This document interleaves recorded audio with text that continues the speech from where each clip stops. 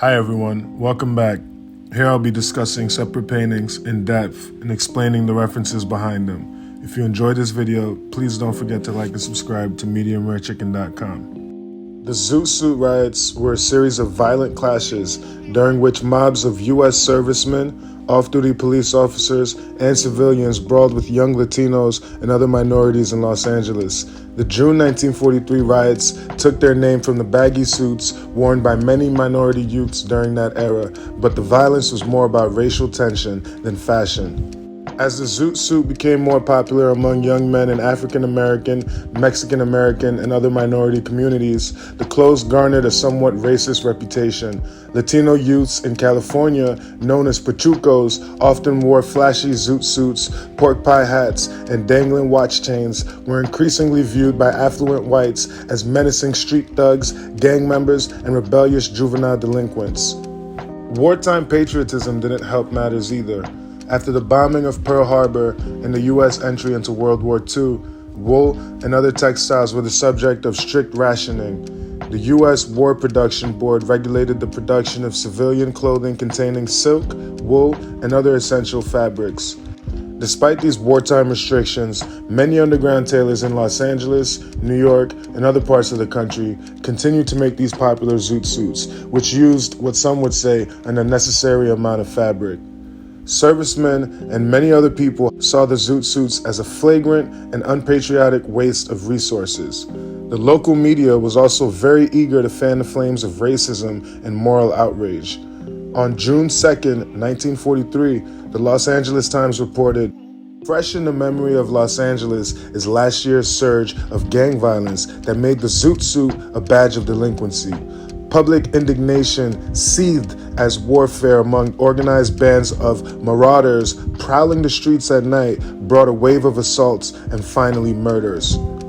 In the summer of 1943, tensions ran high between Zoot Suiters and the large contingent of white sailors, soldiers, and Marines stationed in and around Los Angeles. Mexican Americans were serving in the military in high numbers, but many servicemen viewed the zoot suit wearers as World War II draft dodgers. On May 31st of that year, a clash between uniformed servicemen and Mexican American youths resulted in the beating of a U.S. sailor. Partly in retaliation, on the evening of June 3rd, about 50 sailors from the local U.S. Naval Reserve Armory marched through downtown Los Angeles carrying clubs and other crude weapons, attacking anyone seen wearing a zoot suit or other racially identified clothing. In the days that followed, the racially charged atmosphere in Los Angeles exploded in a number of full-scale riots. Mobs of U.S. servicemen took to the streets and began attacking Latinos and stripping them of their suits, leaving them bloodied and half-naked on the sidewalk. Local police officers often watched from the sidelines, then arrested the victims of the beatings. Thousands more servicemen, off-duty police officers, and civilians joined the fray in the next several days, marching into cafes, movie theaters, and beating anyone wearing a zoot suit or ducktail haircuts, which were a favorite target and often cut off.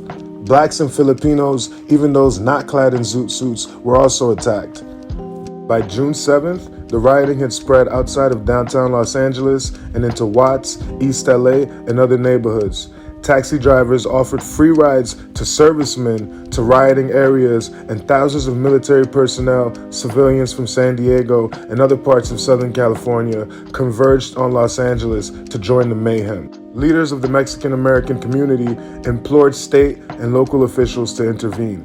The Council for Latin American Youth even sent a telegram to President Franklin D. Roosevelt, but their pleas were met with little action.